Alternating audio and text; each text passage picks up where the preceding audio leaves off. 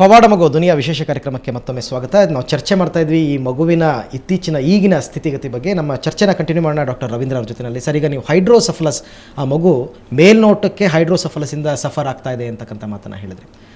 So what next ಅಂತ, ಈಗ ಇದೆಲ್ಲ ಧಾರ್ಮಿಕ ಆಚರಣೆಗಳು ನಂಬಿಕೆಗಳನ್ನೆಲ್ಲ ಬದಿಗಿಟ್ಟು ನಾವು ವೈದ್ಯಕೀಯವಾಗಿ ನೋಡೋದಾದ್ರೆ ವಾಟ್ ನೆಕ್ಸ್ಟ್, ಮಗುಗೆ ಮುಂದಿನ ಹಂತಗಳಲ್ಲಿ ಏನಾಗಬಹುದು? ಅಂದರೆ ಫಸ್ಟ್ ಅಂದರೆ ಇದು ನಮ್ದು ಕ್ಲಿನಿಕಲ್ ಇಂಪ್ರೆಷನ್ ಅಷ್ಟೇ. ಅಂದರೆ ಪೇಷಂಟ್ನ ನಾವು ನೋಡ್ದಲೇ ಜಸ್ಟ್ ಕ್ಲಿಪ್ಪಿಂಗ್ ಮೇಲೆ ನಾವು ಇದು ಮಾಡೋದಕ್ಕಾಗಲ್ಲ. ಅಂದರೆ ಅದನ್ನು ನಾವು ಎಕ್ಸಾಮಿನ್ ಮಾಡಬೇಕಾಗುತ್ತೆ. ಎಕ್ಸಾಮಿನ್ ಮಾಡಾದ್ಮೇಲೆ ಕೆಲವು ಟೆಸ್ಟ್ ಮಾಡಿ ಕನ್ಫರ್ಮ್ ಮಾಡಬೇಕು. ಇಫ್ ಇಟ್ ಈಸ್ ಹೈಡ್ರೋಕೆಫಲಸ್ ಅಂತಾನೆ ಇತ್ತಂದ್ರೆ ಆಗ ನೆಕ್ಸ್ಟ್ ಅದರಲ್ಲಿ ಸ್ಟೇಜಸ್ ಇದೆ. ಅಂದ್ರೆ ಫಸ್ಟ್ ಸ್ಟೇಜಲ್ಲಿ ಅವರು ಇರಿಟೇಷನ್ ಇರುತ್ತೆ, ಅಳೋದು ಅಂತ. ಈಗ ಆ ಮಗು ನೋಡಿದ್ರೆ ಆ ಥರ ಅನ್ನಿಸ್ತಾ ಇಲ್ಲ ನನಗೆ. ಖಂಡಿತ. ನೆಕ್ಸ್ಟ್ ಸ್ಟೇಜಲ್ಲಿ ಏನಾಗುತ್ತೆ, ಸಾಮ್ನೊಲೆನ್ಸ್ ಅಂದ್ರೆ ಏನ್ ಮಾಡಿದ್ರು ಮಗು ಯಾವುದೇ ರೀತಿ ರಿಯಾಕ್ಷನ್ಸ್ ಕೊಡೋದಿಲ್ಲ, ಅದು ಸೆಕೆಂಡ್ ಸ್ಟೇಜ್. ಥರ್ಡ್ ಸ್ಟೇಜಿಗೆ ಹೋದಾಗ ಕಂಪ್ಲೀಟ್ ಕೋಮಾ, ಅಂದ್ರೆ ಮೂಮೆಂಟ್ಸ್ ಇರೋದಿಲ್ಲ, ಕೈಕಾಲು ಮೂಮೆಂಟ್ಸ್ ಇರೋದಿಲ್ಲ, ಜಸ್ಟ್ ಒಂದು ವೆಜಿಟೇಟಿವ್ ಸ್ಟೇಟ್ ಅಂತ ಹೇಳ್ತೀವಿ. ಅಂದ್ರೆ ಜೀವ ಇರುತ್ತೆ, ಉಸಿರಾಡ್ತಾ ಇರುತ್ತೆ, ಬಟ್ ಏನೇ ಆದಂಥ ಒಂದು ಇದನ್ನ ತಗೋತಾ ಇರಲ್ಲ. ನಾವು ಕೇಳಿರ್ಬೋದು ಕೆಲವ್ರಿಗೆಲ್ಲ ಏಟಾಗಿ ವೆಜಿಟೇಟಿವ್ ಸ್ಟೇಟಲ್ಲಿ ಇದ್ದಾರೆ, 10 ವರ್ಷ ಇದ್ದಾರೆ, 12 ವರ್ಷ ಇದ್ದಾರೆ ಅಂತ. ಆ ರೀತಿಯಾದಂಥ ಸ್ಟೇಟ್ ಬರುತ್ತೆ.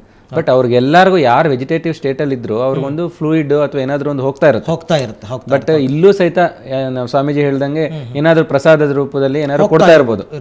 ಯಾಕೆಂದ್ರೆ 24 hours ಯಾರನ್ನು ಅದನ್ನೇನು ಇದು ಮಾಡ್ತಾ ಇರೋದಿಲ್ಲ. ಕೋಮಾ ಆದ ನಂತರ ಏನು ಅಂದರೆ ಲೈಫಿಗೆ ತೊಂದರೆ ಬರತಕ್ಕಂಥ. ಹೌದು. ಓಕೆ ಗುರುಜಿ, ಈಗ ಆ ಮಗುನ ನಾವು ನೋಡ್ತಾ ಇದ್ವಲ್ಲ, ಹಾಗೂ 2 ವರ್ಷದ ಮಗು ಅಂತ ನಮ್ಗೆ ಅನಿಸ್ತಾ ಇಲ್ಲ. ಯಾಕೆಂತಂದರೆ ಆರೋಗ್ಯವಂತ 2 ವರ್ಷದ ಮಕ್ಕಳುಗಳಲ್ಲಿ ಆ್ಯಕ್ಟಿವಿಟಿ ಜಾಸ್ತಿ ಇರುತ್ತೆ, ಕೈ ಕಾಲು ಬಡಿತಕ್ಕಂಥದ್ದು, ಅಳತಕ್ಕಂಥದ್ದು, ನಗತಕ್ಕಂಥದ್ದು, ನಮ್ಗೆ ಏನೂ ಗೊತ್ತಾಗ್ತಾ ಇಲ್ಲ. ಅಂದರೆ it is nothing but doctor ಹೇಳ್ದಂಗೆ ಕೋಮಾ ಸ್ಟೇಜ್ ಅನ್ಕೋಬೋದು, ಬರೀ ಕಣ್ಣನ್ನು ಮಾತ್ರ ಬಿಟ್ಟಿರ್ತಕ್ಕಂಥದ್ದು.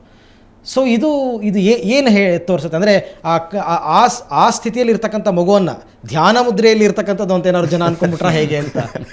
ಅಲ್ಲ, ನಾನು ಇದನ್ನು ವ್ಯಂಗ್ಯ ಅಂತ ಹೇಳ್ತಾ ಇಲ್ಲ, ಹೇಳೋದು. ಯಾಕೆಂತಂದ್ರೆ ಶಿವನನ್ನು ನಾವು ತೋರಿಸೋದು ಹಾಗೇನೆ. ಹೌದು. ಯಾಕೆಂತಂದ್ರೆ ಧ್ಯಾನ ಮೂರ್ತಿ ಅಂತ. ಆಮೇಲೆ ಅರ್ಧ ಕಣ್ಣನ್ನು ಮಾತ್ರ ಮುಚ್ಚಿದ ಹಾಗೆ ಮುಚ್ಚಿರ್ತಕ್ಕಂಥದ್ದು.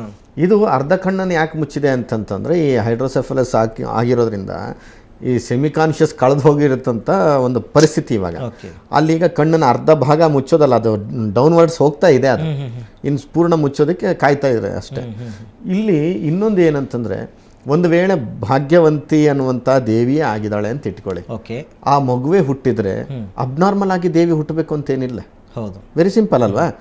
ಎಲ್ಲರಿಗಿಂತ ವಿಶಿಷ್ಟ ಅಂತ ಗುರುತಿಸ್ಕೋಬೇಕಲ್ಲ. ಹೌದು, ಆದ್ರೂ ಸಹ ಕಾಯಿಲೆ ಇಟ್ಕೊಂಡು ಹುಟ್ಟಬೇಕಾದ್ದಿಲ್ಲ. ಒಂದು ಜೊತೆನಲ್ಲಿ ಆ ರೂಪವನ್ನು ನೋಡಿದ್ರೆ ಭಗವತ್ ರೂಪ ಹೇಗಿದೆ, ಆ ದೇವಿಯನ್ನು ಬೇರೆ ತೋರಿಸ್ತಾ ಇದ್ದಾರೆ. ಹೌದು, ಆ ಮುಖದಲ್ಲಿ ಆ ಕಳೆ ಅನ್ನುವಂಥದ್ದು ಹೇಗಿರುತ್ತೆ, ಜೊತೆನಲ್ಲಿ ವರ್ಚಸ್ಸು ಅನ್ನುವಂಥದ್ದು ಯಾವಾಗಲೂ ಸಹ ದೈವ ಸಂಭೂತ ಯಾರೇ ಇದ್ರೂ ಸಹ ಕಣ್ಣಿನಲ್ಲಿ ವರ್ಚಸ್ಸಿರಬೇಕು. ತೇಜೋಮಯವಾಗಿರ್ತಕ್ಕಂಥದ್ದು, ಅಗ್ನಿ ಸ್ವರೂಪವಾಗಿರ್ತಕ್ಕಂಥದ್ದು ಕಣ್ಣು. ಆ ಕಣ್ಣಲ್ಲೇ ಆ ವರ್ಚಸ್ ಇರಬೇಕು. ಇದು ನೋಡಿದ್ರೆ ಪಾಪ ಕಣ್ಣನ್ನು ಮುಚ್ಚಬೇಕೋ ಬೇಡೋ ಅನ್ನೋ ಪರಿಸ್ಥಿತಿನಲ್ಲಿ ಇರುವಂಥದ್ದು ಒಂದು. ಆಮೇಲೆ ಆ ರೂಪವನ್ನು ನೋಡಿದ್ರೆ ದೇವಿಗೆ ಸಂಬಂಧಪಟ್ಟಿದ ರೂಪಗಳಾಗಲಿ ಯಾವುದೇ ರೀತಿ ಅಂತ ಕಾಣ್ತಾ ಇಲ್ಲ. ಸಂಪೂರ್ಣವಾಗಿರ್ತಕ್ಕಂಥ ಅಜ್ಞಾನದ ಒಂದು ಪರಾಕಾಷ್ಠೆ ಇಲ್ಲಿ ಎದ್ದು ಕಾಣ್ತಾ ಇರುವಂಥ, ಜೊತೆಗೆ ಅನಾರೋಗ್ಯ ಪೀಡಿತವಾಗಿ ಕಾಣ್ತಾ ಇದೆ. ಹೌದು. ಅನಾರೋಗ್ಯ ಅಂತಂದ್ರೆ ಈಗಾಗಲೇ ಡಾಕ್ಟರ್ ಹೇಳಿದಾಗೆ ಈ ರೀತಿಯಾದ ಮಗು ಪರಿಸ್ಥಿತಿ ಆಗಿದೆ. ಮಧ್ಯದಲ್ಲಿ ಸಕ್ಕರೆ ನೀರು ಕೊಡುವಂಥದ್ದು, ಹಾಲು ಕೊಡುವಂಥದ್ದು, ಅಥವಾ ಅಲ್ಲೆಲ್ಲ ನೈವೇದ್ಯ ಅಂತ ಇಟ್ಟು ಬೇರೆಯವ್ರು ತಿನ್ಬೋದೇನೋ, ಅದು ತಿನ್ಲಿಕ್ಕಿಲ್ಲ.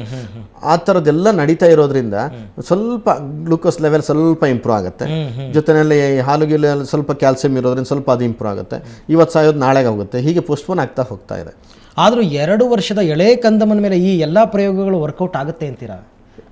ಯಾವ ಥರದ್ದು ಪ್ರಯೋಗ? ಈಗ ನೀವು ಹೇಳ್ದಂಗೆ ಸಕ್ಕರೆ ನೀರು ಕುಡಿಸ್ತಕ್ಕಂಥದ್ದು, ಇದೆಲ್ಲದರಿಂದ ಮಗು ಇಲ್ಲ ಏನಂತಂದ್ರೆ ಸ್ವಲ್ಪ ಜೀವ ಅಂತಾರಲ್ಲ ಹಂಗೆ. ಹೌದು, ಉಳಿಲಿಕ್ಕಷ್ಟೇ.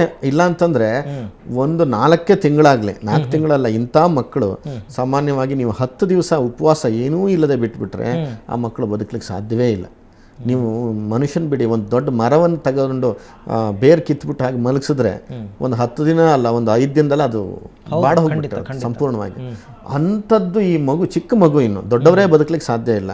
ಈಗಾಗಲೇ 70 ದಿವಸ ಸಮಥಿಂಗ್ ಏನೋ ಇದೆ, ಅಷ್ಟೇ ಮ್ಯಾಕ್ಸಿಮಮ್ ಬದುಕಿದ್ದು ಅಂತ. ಅದು ಹೇಗೆ ಮೆಡಿಕಲ್ ಸೂಪರ್ವಿಷನ್ ಅಲ್ಲಿ.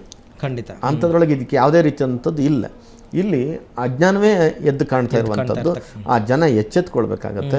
ಇಲ್ಲಿ ಏನು ಪೂಜೆ ಪುನಸ್ಕಾರಗಳನ್ನ ಮಾಡ್ತಾರೋ ಅದೇ ಪೂಜೆ ಪುನಸ್ಕಾರಗಳನ್ನ ಆ ಭಾಗ್ಯವಂತಿ ದೇವಸ್ಥಾನ ಅಂತ ಏನಿದೆಯಲ್ಲ ಅಲ್ಲಿ ಮಾಡಿದ್ರೆ ಆ ಹಣ ದೇವಸ್ಥಾನವೂ ಉದ್ಧಾರ ಆಗತ್ತೆ, ಜೊತೆನಲ್ಲಿ ಗ್ರಾಮ ಉದ್ಧಾರ ಆಗತ್ತೆ. ಈ ರೀತಿಯಾದ ಅಜ್ಞಾನಕ್ಕೆ ಒಂದು ತೆರೆ ಬೀಳುತ್ತೆ. ಹಾಗೇನೆ ಗುರುಜಿ, ಈ ಪ್ರಕರಣದಲ್ಲಿ ನನಗನ್ನಿಸ್ತಾ ಇರೋದು, ಪೋಷಕರು ಅಂದರೆ ಆ ಮಗುವಿನ ತಂದೆ ತಾಯಿಯ ಅಜ್ಞಾನವೋ ಅಥವಾ ಇದನ್ನು ಅವ್ರು ಎನ್ಕ್ಯಾಶ್ ಮಾಡ್ಕೋತಾ ಇದ್ದಾರಾ ಅಂತ ಅನ್ಸ್ಬಿಡುತ್ತೆ ನನಗೆ. ಒಂಥರದಲ್ಲಿ ಮೊದಲಿಗೆ ಅವ್ರಿಗೆ ಗೊತ್ತಿಲ್ಲದೆ ಇರ್ಬೋದು. ಯಾಕೆಂತಂದ್ರೆ ಮಗು ಹೀಗಿದ್ದಿದ್ದು ನೋಡಿ ಬಂದವರೆಲ್ಲ ಹೇಳಿ, ಅದು ಅಲ್ಲ ಆ ಮಾಂತ್ರಿಕ ಯಾರೋ ಮಂತ್ರವಾದಿ ಯಾರೋ ಬಂದು ಹೇಳಿದ ಅಂತ ಹೇಳಿ ಅದನ್ನೇ ಜನ ತಿಳಿದ್ರು ಅಂತ ಹೇಳಿ ಇವರು ಹೌದೇನೋ ಅಂತ ನಂಬಿರ್ಬೋದು. ಆಮೇಲೆ ಏನಾಗುತ್ತೆ, ಈಗ ದುಡ್ಡು ಬರ್ಲಿಕ್ಕೆ ಶುರುವಾಗುತ್ತೆ, ಅಥವಾ ಬೆಳವಣಿಗೆ ಶುರುವಾಗುತ್ತೆ, ಜನ ಬರ್ಲಿಕ್ಕೆ ಶುರುವಾಗುತ್ತೆ, ಫೇಮಸ್ ಆಗಕ್ಕೆ ಶುರುವಾಗುತ್ತೆ. ಈ ರೀತಿ ಆದಾಗ ಹೌದೇನೋ ಇನ್ನೂ ಒಂದು ಸ್ವಲ್ಪ ಜಾಸ್ತಿ ಆಗಲಿ ಅನ್ನೋದು ಎಂಥ ಮನುಷ್ಯನಿಗಾದ್ರೂ ಬರೋದು. ಅದು ಅವರು ಅಂತಲ್ಲ, ಯಾರೇ ಇದ್ರೂ ಸಹ ಅದು ಬರುವಂಥದ್ದು. ಆದರೆ ಈ ಭಾಗಕ್ಕೆ ಇವತ್ತಿನ ಈ ದಿವಸದಲ್ಲಿ ಇದನ್ನು ನೋಡಿದಾಗ ತಂದೆ ತಾಯಿಯನ್ನ ನಾವೇನು ತಗೊಳ್ಳಿಕ್ಕೆ ಬರೋದಿಲ್ಲ. ಸುತ್ತಮುತ್ತಲಿನ ಜನ ಅದನ್ನ ಎನ್ಕ್ಯಾಶ್ ಮಾಡ್ಕೊಳ್ತಕ್ಕಂಥ ಸಾಧ್ಯತೆಗಳು ಹೆಚ್ಚು. ಈಗ ಈ ಹಂತದಲ್ಲಿ ಅವರು ಭಕ್ತಾದಿಗಳನ್ನ ಎದುರು ಹಾಕೊಳ್ಳೋಕ್ಕೂ ಆಗದೇ ಇರೋ ಪರಿಸ್ಥಿತಿ ಬಂದ್ಬಿಟ್ಟಿರುತ್ತೆ. ಹೌದು, ಈಗ ಸತ್ಯ ಹೇಳಕ್ಕಾಗತ್ತ? ಈಗ ಅವ್ರ ಸತ್ಯ ಅವರ ಹೇಳೋದಿರ್ಲಿ, ನಾವು 3 ಜನ ಏನಾದ್ರು ಬೀದರಿಗೆ ಹೋದ್ರೆ ತಾಪತ್ರ ಇದೆ, ನಮಗ್ ತಾಪತ್ರ. ಯಾಕೆಂತಂದ್ರೆ ಅವರ ನಂಬಿಕೆಗಳಿಗೆ ವಿರುದ್ಧವಾಗಿ ನಾವು ಮಾತಾಡ್ತಿದೀವಿ ಅಂತ ಅನ್ಕೊಂಡಿರ್ತಾರೆ. ಆದ್ರೆ ನಂಬಿಕೆಗಳನ್ನ ನಾವು ವಿರುದ್ಧವಾಗಿ ಹೇಳ್ತಾ ಇಲ್ಲ, ಅದೇ ನಂಬಿಕೆಯನ್ನ ನಂಬುವಂತ ಜಾಗದಲ್ಲಿ ನಂಬಿ ಅಂತ. ಅಲ್ಲ, ಇದೊಂದು ವಿಚಾರ ಅಲ್ಲ ಗುರೂಜಿ. ಇವಾಗ ನಾವು ಮಡೆ ಸ್ನಾನದ ಬಗ್ಗೆ ಚರ್ಚೆ ಮಾಡಿದ್ವಿ, ಮಾಧ್ಯಮದವ್ರನ್ನ ಬೈದ್ರು ಆಯ್ತಾ. ಆಮೇಲೆ ಈ ಹರಕೆ ಮಗುವನ್ನ ಎಸಿತಕ್ಕಂಥ ದೇವಸ್ಥಾನದ ಮೇಲೆ ಇದ್ರ ಬಗ್ಗೆ ಚರ್ಚೆ ಮಾಡಿದ್ವಿ, ಮಾಧ್ಯಮದವ್ರು ಬೈದು. ನಾವು ಸತ್ಯ ಏನು ಅಂತ ತಿಳಿಸ್ಕೊಡೋದಕ್ಕೆ ಹೋದ್ರೆ ನಾವೇ ಕೆಟ್ಟವ್ರು ಆಗ್ತಾ ಇದೀವ ಅಂತ ಅನ್ಸುತ್ತೆ. ಹೌದು, ಇವತ್ತಿನ ದಿವಸದಲ್ಲಿ ಹಾಗೇನೆ. ಯಾಕೆ ಅಂತಂದ್ರೆ ಒಂದು ಜ್ಯೋತಿಷ್ಯದ ಹೆಸರಿನಲ್ಲಿ ಇಂಥ ರಾಶಿಯವರಿಗೆ ತುಂಬಾ ತೊಂದರೆ ಇದೆ, ಇವತ್ತು ಅಥವಾ ನಾಳೆ ಒಳಗಡೆ ಸಾಯ್ತೀರಿ ಅಂತಂದ್ರೆ ಆ ಜ್ಯೋತಿಷಿ ಫೇಮಸ್ ಆದಷ್ಟು ಇನ್ಯಾರೂ ಆಗೋದಿಲ್ಲ. ಯಾಕೆಂತಂದ್ರೆ ಇಲ್ಲ, ಆ ಥರದ್ದೇನಿಲ್ಲ, ನೀವು ಈ ದೇವ್ರನ್ನ ಪೂಜೆ ಮಾಡಿ ಎಲ್ಲ ಪರಿಹಾರ ಆಗುತ್ತೆ ಅಂತಂದ್ರೆ ಇವ್ರಿಗೆ ಬರೋದಿಲ್ಲ, ಜಾಸ್ತಿ ಗೊತ್ತಿಲ್ಲ ಅಂತ ಕಾಣುತ್ತೆ, ಅದಕ್ಕೆ ಎಲ್ಲ ಸರಿ ಆಗ್ತಾ ಇದ್ದಾರೆ. ಇಲ್ಲ, ಅಷ್ಟೇ ಬೇಡ. ಈಗ ನಾವೇನೆ ಈ ಕಾರ್ಯಕ್ರಮಕ್ಕೇನೆ ಇದು ವೈದ್ಯಕೀಯ ಲೋಕಕ್ಕೆ ವಿಸ್ಮಯ, ಹಾಗೆ ಹೀಗೆ ಈ ಮಗು ದೇವಿ ಅಪರಾವತಾರ ಅಂತ ನಾವು ಸ್ವಲ್ಪ ಜನಗಳಲ್ಲಿ ಕುತೂಹಲ ಭಯ ಹುಟ್ಟಿಸಿದ್ರೆ ನೋಡ್ತಾರೆ. ಹೌದು, ಇದೇನು ಅಲ್ಲ ಅಂತ ಅಂದ್ಬಿಟ್ರೆ ಯಾರು ನೋಡ್ತಾರೆ ಪ್ರೋಗ್ರಾಮ್? ಯಾರು ನೋಡಲ್ಲ. ಹೌದು, ಆರೋಗ್ಯಕ್ಕೆ ಹಿತವಾಗಿದ್ದನ್ನು ಕುಡೀರಿ ಅಂದ್ರೆ ಯಾರು ಕುಡಿಯಲ್ಲ.